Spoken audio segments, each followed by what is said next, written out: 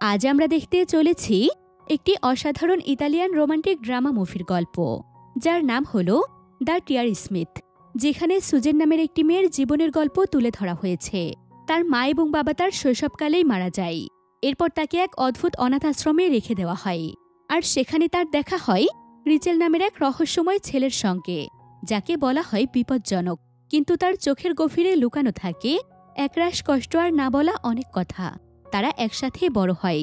একসময় সুজেন রিচেলের প্রেমে পড়ে যায়, কিন্তু তাদের সম্পর্কটা সহজ হয় না। তাদের মাঝে আছে জটিলতার দ্বন্দ্ব আর এক অদ্ভুত টান। আর এখানেই গল্পটি আরও আকর্ষণীয় হয়ে ওঠে। ভালোবাসা, বিশ্বাস, আত্মত্যাগ সবকিছুর মধ্য দিয়ে এগোতে থাকে তাদের যাত্রা। গল্পে এমন কিছু মুহূর্ত আসে যেখানে আপনার মনে হবে, মানুষ কি সত্যি এতটা কষ্টের পরও ভালোবাসতে পারে? আশা করছি এই হৃদয় ছোঁয়া মুভির গল্পটি আপনাদের মন ছুঁয়ে যাবে। তো আর কথা না বাড়িয়ে চলুন এই আবেগঘন গল্পটি শুরু করা যাক। তো মুভির শুরুতে দেখা যায় সুজেন নামের একটি মেয়েকে। সে তার মা বাবার সঙ্গে কোথাও ঘুরতে বেরিয়েছে। তার বাবা গাড়ি চালাচ্ছে, আর সুজেন তার মায়ের সঙ্গে গল্প করছে। হঠাৎ সুজেন জানালার বাইরে একটি নেকড়ে দেখে ভয় পেয়ে যায়। তখন তার মা বলে, মানুষ নেকড়েকে খারাপ ভাবে, কারণ রূপকথার গল্পগুলোতে ওদের ভিলেন হিসেবে দেখানো হয়, কিন্তু আসলে ওরা তেমন নয়। ঠিক তখন সুজেনের বাবা গাড়ি চালাতে চালাতে বাইরে তাকায় নেকড়েটিকে দেখার জন্য। সে সময় ভয়ানক একটি দুর্ঘটনা ঘটে। এরপর দেখা যায় সুজেন রাস্তায় অজ্ঞান হয়ে পড়ে আছে। নেকড়েটি তার কাছে আসে, কিন্তু কিছু না করে চুপচাপ চলে যায়। পরে জানা যায় এই দুর্ঘটনায় সুজেনের মা বাবা মারা গিয়েছে, শুধু সুজেন বেঁচে আছে। কিন্তু সুজেন একা হয়ে যাওয়ায় তার জীবন পুরো পাল্টে যায়। এরপর দেখা যায় সুজেন গাড়িতে করে একটি অনাথ আশ্রমে যাচ্ছে। এখন থেকে ওকে ওই আশ্রমেই বড় হতে হবে। সে সময় ব্যাকগ্রাউন্ডে সুজেনের কণ্ঠ শোনা যায়। সে বলে, এই অনাথ আশ্রমকে সবাই কবর বলে ডাকে, কারণ এখানে বাচ্চাদের ঘুমানোর আগে নানা ধরনের অদ্ভুত গল্প শোনানো হয়। সবচেয়ে বেশি গল্প হয় কান্নার কারিগরকে নিয়ে। সবাই বলে এখানে কাঁদা নিষিদ্ধ। শিশুরা তাদের কান্না আর কষ্ট মনের মধ্যে লুকিয়ে রেখে একটি মৃত মানুষের মতো এখানে থাকে। সুজেন বলে সে কখনো ভাবেনি সে নিজেই এমন কোনো গল্পের অংশ হয়ে যাবে। এরপর সে অনাথ আশ্রমের প্রধান মার্গারেট ও অন্য শিশুদের সঙ্গে দেখা করে। মার্গারেট সুজেনের গলায় একটি লকেট দেখে এবং সেটি খুলে ফেলতে বলে, কারণ এখানে কারো ব্যক্তিগত কিছু রাখার অনুমতি নেই। সুজেন জানায় এটা তার মায়ের দেওয়া শেষ স্মৃতি, তাই সে এটা খুলবে না। তখন মার্গারেট তার প্রিয় শিশু রিচেলকে বলে লকেটটি খুলে নিতে। রিচেল সঙ্গে সঙ্গে লকেটটি সুজেনের কাছ থেকে ছিনিয়ে নেয়। এরপর মার্গারেট বলে এখানে থাকার কিছু নিয়ম আছে, আর সবাইকে সেই নিয়ম মানতে হয়। পরে অ্যাডলাইন নামের একটি মেয়েকে দায়িত্ব দেওয়া হয় সুজেনকে তার ঘর দেখানোর জন্য। অ্যাডলাইন তাকে ঘরে নিয়ে যায় আর তার সাথে বন্ধুত্ব করতে চায়। সুজেনও রাজি হয়। এরপর ধীরে ধীরে সময় চলে যায়, আর সুজেন বড় হয়ে তরুণী হয়ে ওঠে। একদিন একটি দম্পতি তাকে পছন্দ করে আর দত্তক নিতে আসে। সুজেন অ্যাডলাইনের কাছে বিদায় নেয় আর বলে, আমি মাঝে মধ্যে তোমার সঙ্গে দেখা করতে আসব। এরপর সুজেন ধীরে ধীরে সেই দম্পতির সামনে গিয়ে দাঁড়ায়। সে মনে মনে ভাবে এত বছরেও কেউ তাকে পছন্দ করেনি। তার সবসময় মনে হতো সেখানে নেই, কেউ যেন তাকে দেখেই না। আর এখন এত ছেলে মেয়ের মধ্যে হঠাৎ তাকে কেন পছন্দ করা হলো সেটা সে বুঝতে পারে না। দম্পতির মহিলার নাম অ্যানা আর পুরুষটির নাম নরম্যান।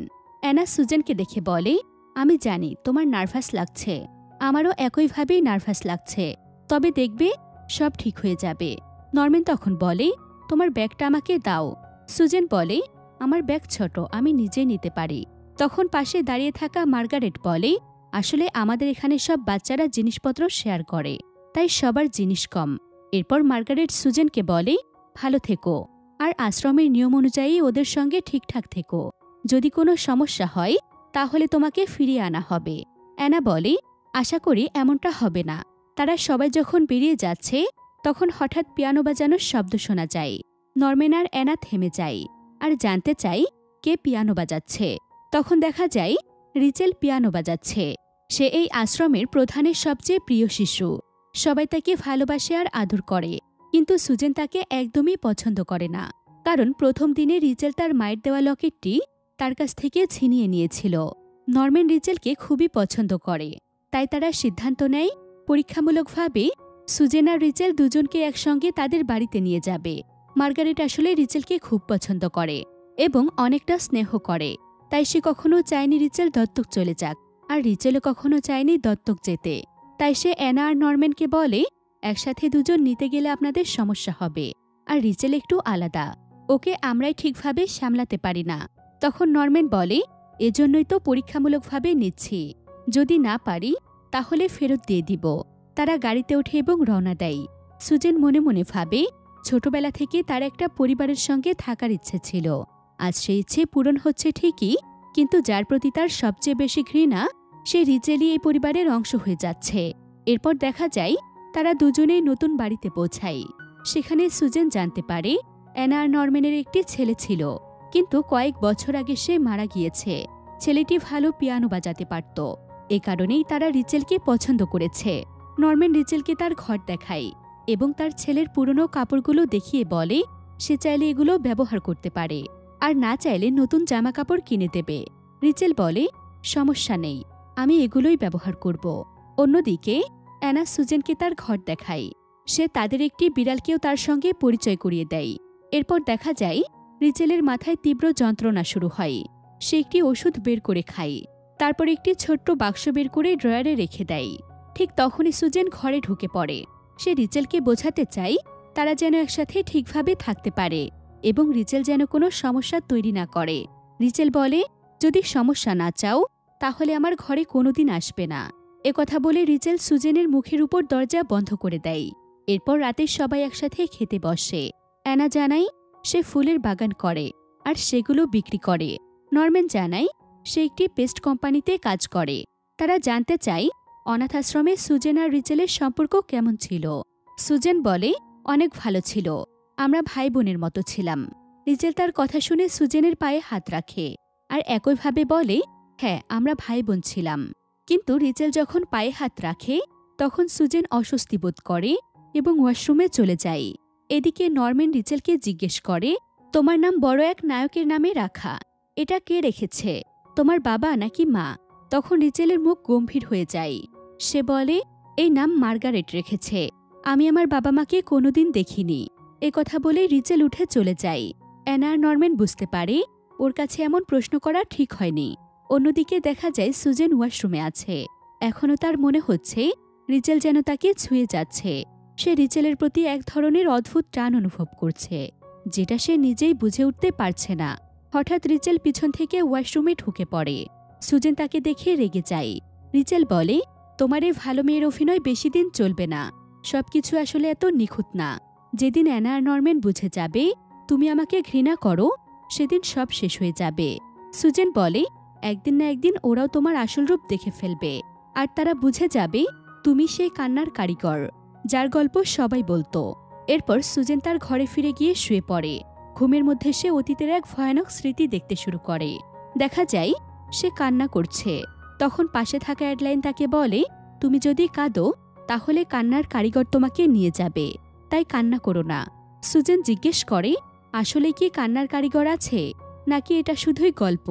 অ্যাডলাইন উত্তর দেয়, আমিও ঠিক জানি না, হয়তো এই কথাগুলো বলার উদ্দেশ্য হলো আমরা যেন আমাদের ভয়গুলোকে মনের মধ্যে চেপে রাখি, যেন কষ্ট সহ্য করে ভেঙে না পড়ি। একথা বলার সময় একটি ছেলে এসে বলে, রিচেল আবার অসুস্থ হয়ে পড়েছে। তখন সবাই দ্রুত রিচেলের রুমের দিকে যায়। ওই সময় মার্গারেটও রুমের দিকে যাচ্ছিল। সবাইকে দেখে সে ফিরে যেতে বলে। এরপর সে রিচেলের পাশে বসে তাকে আদর করে আর কষ্ট থেকে শান্ত করতে চায়। কিন্তু বাকি সবাই তার কথা না শুনে দরজার পাশে দাঁড়িয়ে থাকে আর দেখতে থাকে। এমন সময় হঠাৎ দেখা যায় সুজেনের হাত শক্ত করে বাঁধা। সে ভয় পেয়ে ওঠে। তখনই তার ঘুম ভেঙে যায়। সে তাকিয়ে দেখে তার হাত স্বাভাবিক অবস্থায় আছে। এরপর দেখা যায় তারা কলেজে যায়। সুজেন রাস্তা পার হতে গিয়ে হঠাৎ একটি গাড়ির সামনে পড়ে যায়। রিচেল সঙ্গে সঙ্গে তাকে টেনে সরিয়ে নেয়। তখন সুজেন বলে, আমার থেকে দূরে থাকবে। এরপর তারা কলেজের ভেতরে যায়। মেয়েরা রিচেলকে দেখে অবাক হয়ে তাকিয়ে থাকে। সবাই যেন তাকে পছন্দ করে, কিন্তু রিচেল কাউকেই পাত্তা দেয় না। অন্যদিকে সুজেনের পরিচয় হয় বিলি নামের এক মেয়ের সঙ্গে। বিলির ছবি তোলা খুবই পছন্দ। সুজেন কলেজে আসার সঙ্গে সঙ্গেই বিলি তার একটি ছবি তুলে নেয়। এরপর বিলি সুজেনকে পরিচয় করিয়ে দেয় তার বন্ধু মিকির সঙ্গে, কিন্তু মিকি কিছু না বলেই চলে যায়। এরপর সবাই ক্লাসরুমে যায়। প্রিন্সিপাল সুজেনের রেজাল্ট দেখে প্রশংসা করে। ঠিক তখন বাইরে ঝগড়ার শব্দ শোনা যায়। সবাই বাইরে গিয়ে দেখে রিচেল ও প্রিন্স ঝগড়া করছে। প্রিন্সিপাল এসে তাদেরকে থামায়। রিচেলের এটি প্রথম দিন ছিল, তাই শিক্ষক শুধু বোঝানোর মাধ্যমে ব্যাপারটি মিটিয়ে দেয়। সবাই ধীরে ধীরে চলে যেতে থাকে। তখন বিলি সুজেনকে জিজ্ঞেস করে, এই ছেলেটা কি তোমার ভাই? সুজেন উত্তর দেয়, না, আমার কোনো ভাই নেই। ঠিক তখন পেছন থেকে রিচেল এসে বলে, এবার একদম ঠিক কথা বলেছ। এরপর তারা বাড়ি ফিরে আসে। অ্যানা সুজেনকে জিজ্ঞেস করে, রিচেল আজ রাতে খাবার খায়নি, তুমি জানো সে কেন খাবার খায়নি? কলেজে কি কিছু হয়েছে? সুজেন বলে, না, কিছুই হয়নি। আর সে কেন খায়নি সেটা আমি জানি না। অ্যানার চোখে পড়ে বিলির তোলা ছবিটিতে। সে জিজ্ঞেস করে, এত সুন্দর ছবি কে তুলেছে? সুজেন জানায়, কলেজে আমার একটি বন্ধু হয়েছে, সে তুলেছে। একথা শুনে অ্যানা খুশি হয়। চলে যাওয়ার সময় পেছন থেকে সুজেন বলে, অ্যানা, তোমাদের অসংখ্য ধন্যবাদ। অ্যানা উত্তর দেয়, বরং তোমাকেই অসংখ্য ধন্যবাদ। এর কিছুক্ষণ পর সুজেন রিচেলকে নিয়ে চিন্তা করতে করতে তার রুমে যায় আর তাকে জিজ্ঞেস করে, তোমাকে তো ছোটবেলা থেকে অনেক পরিবার নিতে চেয়েছে, কিন্তু তুমি কারো সঙ্গে যাওনি, তাহলে এখন কেন এসেছ? রিচেল উত্তর না দিয়ে শুধু বলে, তুমি এখনই এখান থেকে চলে যাও। কিন্তু সুজেন যায় না, বরং সে কাছে গিয়ে তার আঘাতে ওষুধ লাগাতে শুরু করে। তখন রিচেল বলে, আমার কাছে এসো না, যদি এভাবেই আসতে থাকো তাহলে পরের বার নিজেকে আর থামাতে পারবো না। একথা বলে রিচেল রুম থেকে বের হয়ে যায়। সুজেন মনে মনে ভাবে, সে সবসময় পরীর গল্পে বিশ্বাস করত, ভাবত তার জীবনটাও একদিন রূপকথার মতো হবে। এখন মনে হচ্ছে সে সত্যি একটা গল্পের অংশ হয়ে গিয়েছে, তবে সেটা সম্ভবত ভুল গল্প। পরের দিন সকালে অ্যানা সুজেনকে কিছু জামাকাপড় দেয় আর বলে রিচেলকে দিয়ে আসতে। সুজেন কাপড়গুলো নিয়ে রিচেলের ঘরে যায়, কিন্তু তখন রিচেল সেখানে ছিল না। সে রিচেলের ড্রয়ার খুলে তার ওষুধ দেখতে শুরু করে। ঠিক তখনই রিচেল ঘরে ঢুকে পড়ে। সুজেন বন্ধুত্বের হাত বাড়িয়ে দেয়। রিচেল বলে, তুমি আমাকে একসময় কান্নার কারিগর ভাবো, কখনো রাক্ষস, এখন আবার বন্ধু হতে চাচ্ছ? ব্যাপারটা একটু অদ্ভুত লাগছে। রিচেল আরও বলে, পরীর গল্পগুলোর শেষে সবসময় লেখা থাকে তারা সুখে শান্তিতে বসবাস করতে লাগলো, যেন সবাই ভুলে না যায় যে কিছু কিছু জিনিস কখনোই বদলায় না। তখন সুজেন বলে, সবকিছু বদলে গিয়েছে, আমরা এখন অনাথ আশ্রমে নেই। কিন্তু রিচেল একমত হয় না।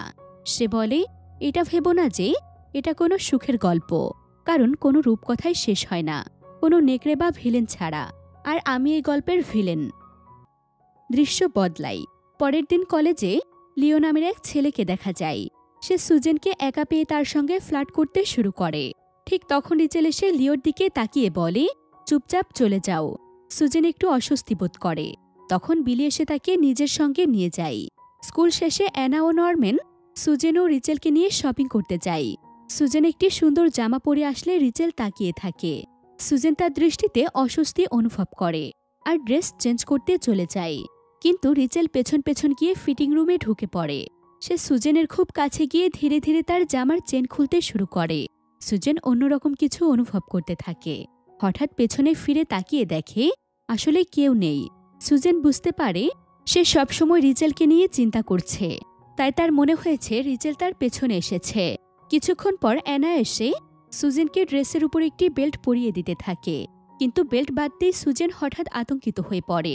তার মনে পড়ে যায় অনাথ আশ্রমের সেই ভয়ঙ্কর সময়, যখন মার্গারেট তাকে কালো অন্ধকার ঘরে আটকে বেল্ট দিয়ে বেঁধে রাখত। সেই ঘরে থাকতে থাকতে তার মনে হতো যেন তার নিঃশ্বাস বন্ধ হয়ে আসছে। তবে প্রতিবার কেউ একজন এসে সেই অন্ধকারে তার হাত ধরে থাকত। সেই হাতটি এতটাই নির্ভরতার অনুভূতি দিত যে যা তার ভেতরে বেঁচে থাকার শক্তি যোগাত। হঠাৎ সুজেন বর্তমানে ফিরে আসে। সে ভাবে যতই কষ্ট হোক সে কখনোই অ্যানাকে তার অতীতের এসব যন্ত্রণার কথা বলতে পারবে না। সে এখন মুক্ত, আর ভয় পাওয়ার কিছু নেই। এরপর সুজেন অ্যানার বাগানে যায়। সেখানে গিয়ে সে দেখে সব গোলাপ বিক্রি হয়ে গিয়েছে। তখন অ্যানা বলে, আজ রোজ ডে, এই দিনে ছেলেরা তাদের পছন্দের মানুষকে ফুল দেয়। এরপর সুজেন কলেজে যায়। তখন বিলি সুজেনকে বলে, আজকের দিনে কেউ কাউকে পছন্দ করলে তার লকারে ফুল রেখে যায়। আমি তোমার লকার খুলে রেখেছিলাম। এরপর দেখা যায় মিকির লকারে অনেকগুলো গোলাপ রাখা আছে। প্রতি বছর কেউ একজন গোপনে সব ফুল রেখে যায়। বিলির লকারেও একটি সাদা গোলাপ রাখা আছে, সেটাও প্রতি বছর কেউ একজন রেখে যায়।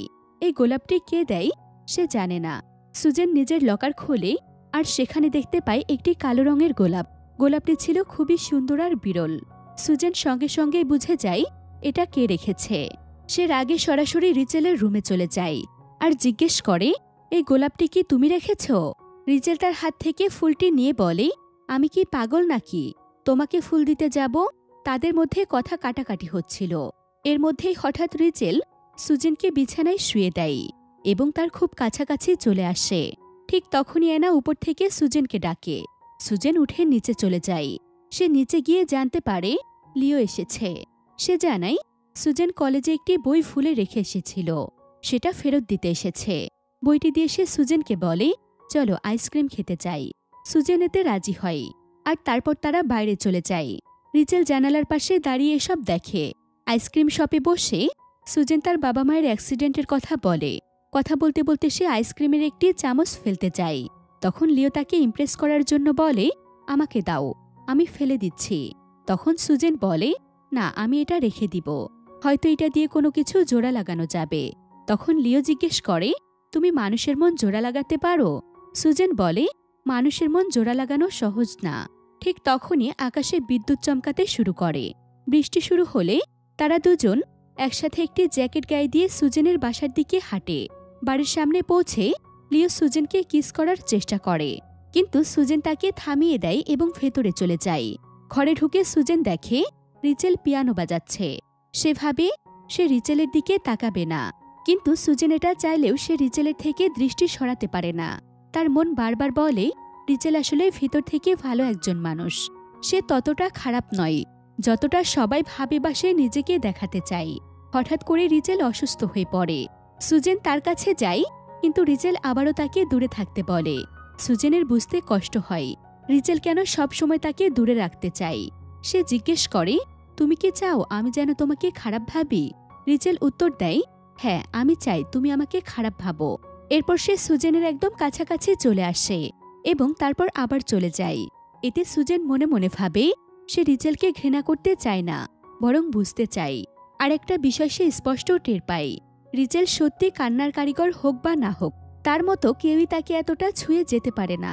রিচেলের স্পর্শ তাকে সবসময় একটি অদ্ভুত অনুভূতির জন্ম দেয়, যা সে অন্য কারোর মধ্যে পায় না। এ সময় লিও সুজেনকে একটি ভিডিও পাঠায়। ভিডিওতে দেখা যায় সে আহত অবস্থায় আছে। সুজেন ভিডিও দেখে বুঝে যায় লিওকে আঘাত করেছে রিচেলই। এ সময় রিচেলও আহত অবস্থায় বাড়িতে ফিরে আসে। সুজেন রেগে গিয়ে জিজ্ঞেস করে, তুমি এটা কেন করলে? রিচেল আবারও বলে, তুমি আমার থেকে দূরে থাকো। সুজেন আরও রেগে গিয়ে বলে, তুমি বারবার কেন এমন বলো? তখন রিচেল বলে, কারণ তুমি আমার কান্নার কারিগর, তোমার জন্যই আমি কাঁদি। এ কথা বলে রিচেল অজ্ঞান হয়ে পড়ে যায়। সুজেন অনেক কষ্ট করে তাকে ধরে ঘরে নিয়ে যায়। অন্যদিকে অ্যানা আর নরম্যান বাইরে ছিল। খারাপ আবহাওয়ার কারণে তারা রাস্তায় আটকে যায়। এরপর তারা বারবার সুজেনকে ফোন করতে থাকে, কিন্তু তখন সুজেন রিচেলের যত্নে ব্যস্ত। সুজেন রিচেলের সব ভেজা কাপড় খুলে দিয়ে তাকে বিছানায় শোয়ায়। তখনই অ্যানার ফোন ধরে এবং জানায় রিচেল অসুস্থ হয়ে পড়েছে। সে জিজ্ঞেস করে, ওষুধ কোথায় আছে? ওষুধ কোথায় রাখা আছে অ্যানা সেটা বলে দেয় আর জানায় তারা ঝড়ের কারণে বাইরে আটকে আছে। এরপর ফোন কেটে দেয়। সুজেন রিচেলকে ওষুধ দেয় এবং ধীরে ধীরে ভালোবাসা দিয়ে তার যত্ন নিতে শুরু করে। ঠিক তখনই রিচেলের জ্ঞান ফেরে। সে হঠাৎ করে সুজেনকে জড়িয়ে ধরে, তারপর ধীরে ধীরে তাকে কিস করে। তারা দুজনে একে অপরের খুব কাছে চলে আসে। তখন আমরা একটি ফ্ল্যাশব্যাক দেখতে পাই। রিচেলও মার্গারেটকে ঘৃণা করত।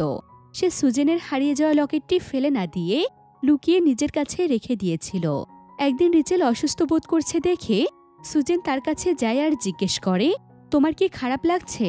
তখন রিচেল বলে, আমার সামনে থেকে চলে যাও। ঠিক তখনই সেখানে মার্গারেট এসে পড়ে। সে দেখে সুজেন নিজের জায়গায় নেই, তাই শাস্তি দিতে তাকে নিয়ে যেতে চায়।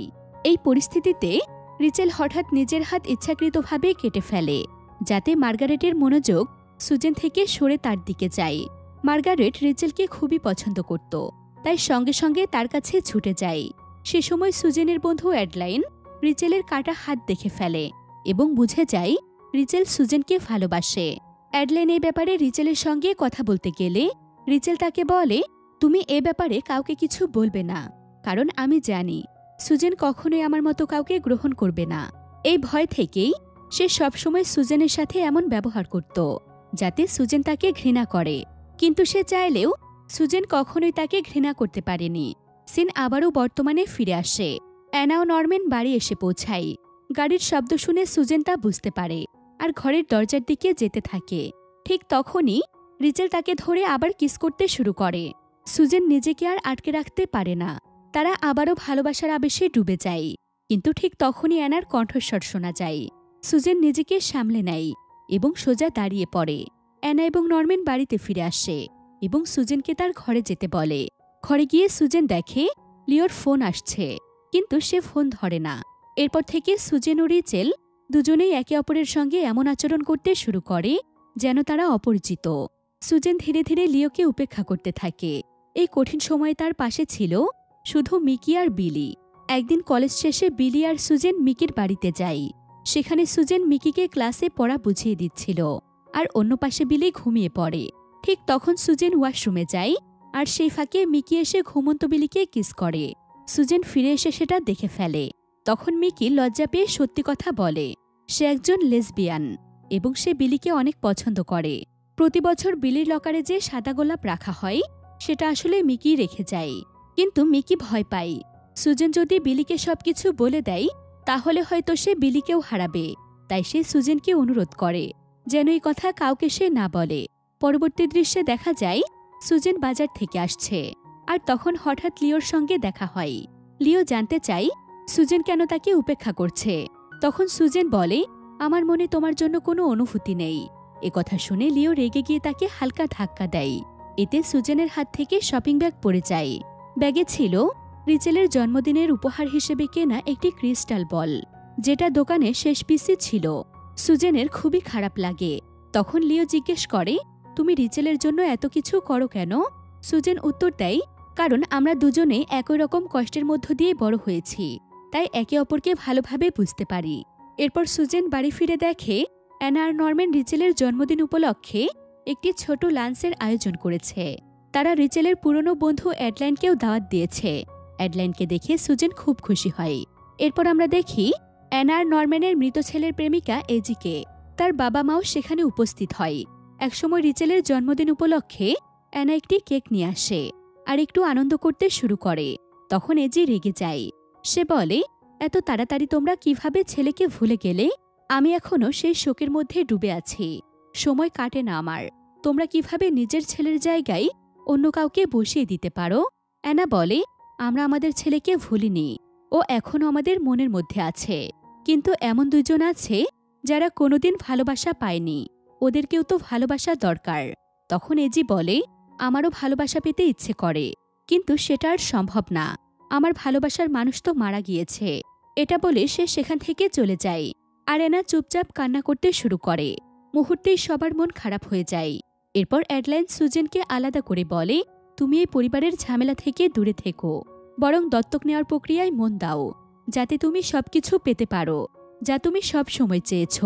কিন্তু ভেতর থেকে সুজেন ভয় পায়, কারণ অ্যানা আর নরম্যান জানে না আশ্রমে থাকা অবস্থায় তার জীবনে কতটা নির্যাতন গিয়েছে। সেখানে তার উপর অনেক কিছু হয়েছে। তখন অ্যাডলাইন বোঝায় পিটারও দত্তক নেওয়ার পর থেকেই মানসিকভাবে অশান্তিতে আছে, আর এই কারণেই তারা সবাই মিলে চায় মার্গারেটের বিরুদ্ধে মামলা করতে, যাতে ভিতরের ভয়টা কেটে যায়। আর এখনই সেই কাজটি করার সঠিক সময়, কারণ রিচেল চলে আসার পর থেকে মার্গারেট পুরোপুরি ভেঙে পড়েছে। এখন সে একা একা নিজের ঘরেই সময় কাটায়। তবুও সুজেন বলে না আমার পক্ষে মার্গারেটের বিরুদ্ধে যাওয়া সম্ভব না, আমার এতটা সাহস নেই। ঠিক তখনই অ্যানা সেখানে আসে। সে এজির ব্যবহার নিয়ে আফসোস করে। এরপর অ্যাডলাইন রিচেলের কাছে যায় আর বলে সুজেন এখনও ভাবে তার খারাপ সময়ে আমি ওর পাশে ছিলাম, কিন্তু আসলে ওটা তো তুমি ছিলে। ওকে এই কথাটা জানাও, আর এটাও বলো যে তুমি ওকে ভালোবাসো। রিচেল বলে না, আমি এটা বলবো না, কারণ সুজেন সবসময় একটি পরিবারের স্বপ্ন দেখে, আমি সেটা ভাঙতে চাই না। এরপর অ্যাডলাইন চলে যায়। সেদিন রাতে সুজেন একা বসে কেক খাচ্ছিল। হঠাৎ সে রিচেলের পিয়ানোর সুর শুনতে পায়। সে সুরের টানে সে রিচেলের কাছে চলে আসে। সুজেন রিচেলকে বলে তোমার জন্মদিনে তুমি যা চাইবে আমি সেটাই দিব। রিচেল শুধু বলে আমার পাশে বসে থাকো। এরপর রিচেল ধীরে ধীরে সুজেনের শরীরে হাত বুলিয়ে দেয় আর তার ঠোঁটে লেগে থাকা কেকটি খায়। ঠিক তখনই দরজার ঘণ্টা বাজে। সুজেন রিচেলকে অপেক্ষা করতে বলে আর সে বাইরে যায়। সুজেন বাইরে গিয়ে দেখে লিও দাঁড়িয়ে আছে। লিও সুজেনকে তার ভালোবাসার কথা জানায়। সে চায় সুজেন যেন তার সঙ্গে সম্পর্ক গড়ার কথা ভাবে, কিন্তু সুজেন তার সরাসরি প্রত্যাখ্যান করে। তখন লিও বলে, রিচেল আর তুমি তো এই পরিবারের ভাই বোন হয়েছ, তোমরা কিভাবে একে অপরকে ভালোবাসতে পারো? এমন অবস্থায় ওর সঙ্গে তুমি কিভাবে সম্পর্ক রাখবে? সুজেনের কাছে এর কোনো জবাব ছিল না। সে চুপচাপ ঘরে ফিরে যায়। এরপর সে আবার রিচেলের কাছে আসে। রিচেল তখন বলে, আমি তোমার সেই নিখুঁত রূপকথার গল্পের অংশ হতে পারি না, তুমি বরং লিওকে বেছে নাও। কিন্তু সুজেন এখন আর রিচেলকে ছেড়ে কোথাও যেতে চায় না।